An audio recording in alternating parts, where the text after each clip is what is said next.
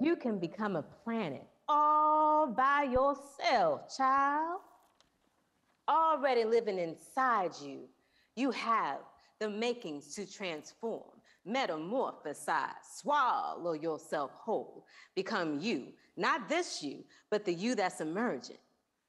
You can create that opening, you dig? It was dark when we arrived, pitch black. We had to follow the stars home. Soon we realized that the sky wasn't the sky at all. It was more like standing beneath the reflection pool. We could see our mirror image. We traveled home following our own lights. We became each other's medicine, sharing stories, laughing, crying, throwing all-out tantrums, feeling angry, and recycling it as compost for our gardens. Together, we created abundance, dispelled the lies that we would never have enough. You see, if you want to accomplish impossible things, you gotta get creative, brave. What will you do when change comes? Complain? Pretend that nothing ever changed at all? Find distractions? Or will you adapt as nature has taught us? Change is all there is, child. All that matters. Open your heart, beloved. Feel through your guts. Breathe through your third eye. Listen. Listen. Listen. Listen. Open your ears, beloved. Know that as these words flow through you, you breathe life into me. We are never alone.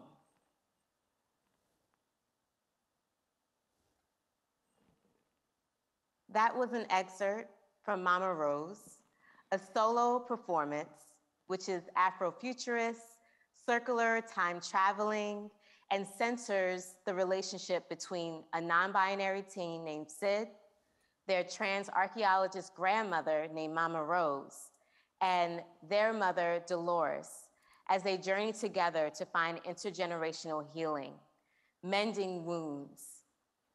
This work is important to me because I realize that healing comes from not just outside, but really inside the family dynamic.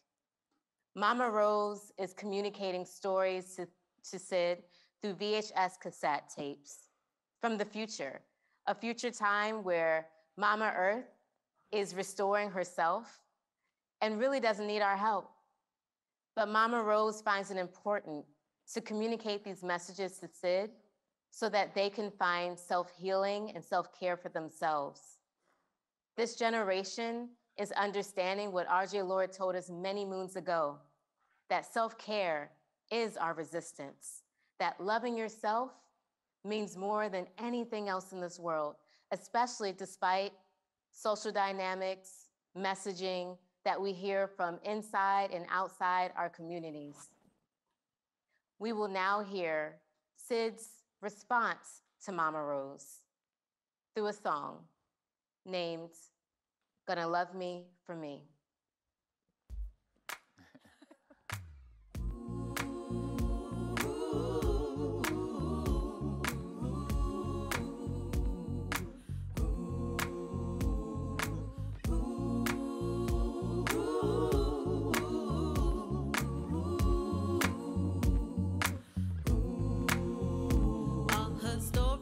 In me, I can't discern them from my own.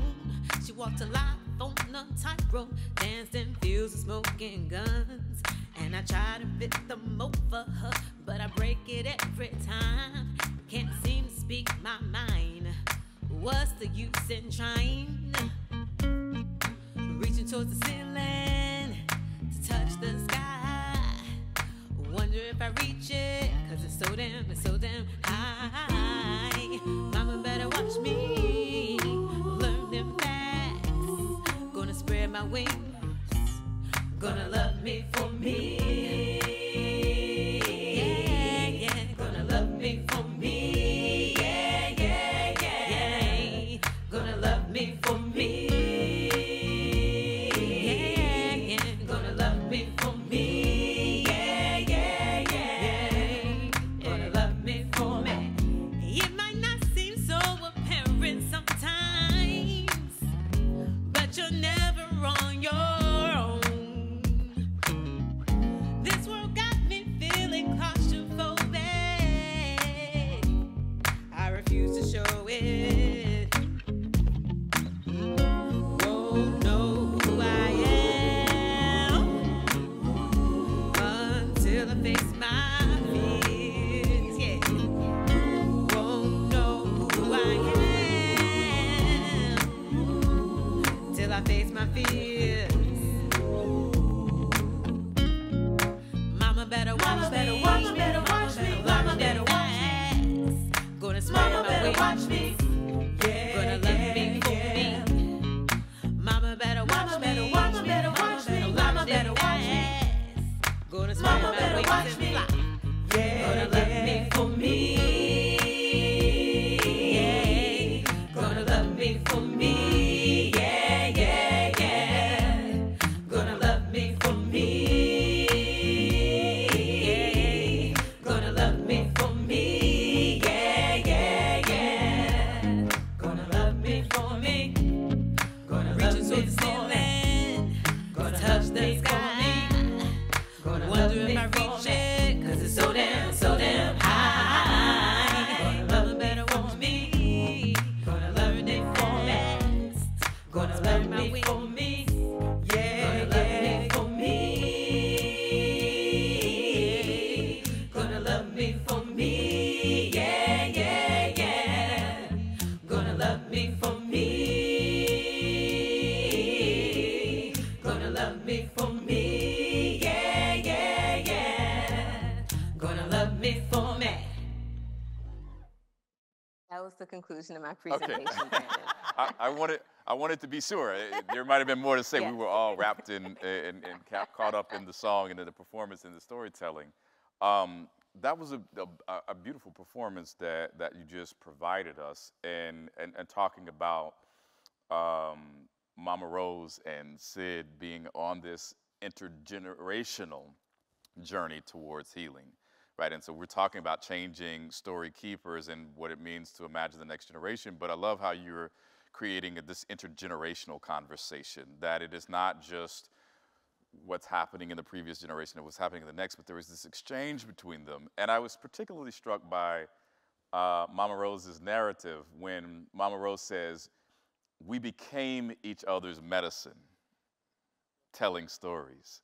And I thought about that in light of what I opened with David Okri's statement that to poison a nation, poison its stories, right? Yes. But then you give us this idea that also through storytelling, we become each other's medicine, right? And then that can happen in an intergenerational way. I wonder if you might just expound on that notion a bit for me. Absolutely. This actually comes from a personal space. My grandmother is 97, and I've spent the majority of my life interacting with her, engaging with her. She lives a full life where she's been a minister, a social worker. She's seen so much change over our landscape of being America and over our landscape of being human. And those conversations that we have are very sacred to me. And in many of those conversations, those things happen where we'll laugh together, we'll cry together, we'll be angry together. And those are also spaces for our own personal growth. As I grow, she grows as well. And as she is going to be transitioning into my ancestors soon, I know that I'm going to be carrying on those stories for her. Her stories have become integrated with who I am.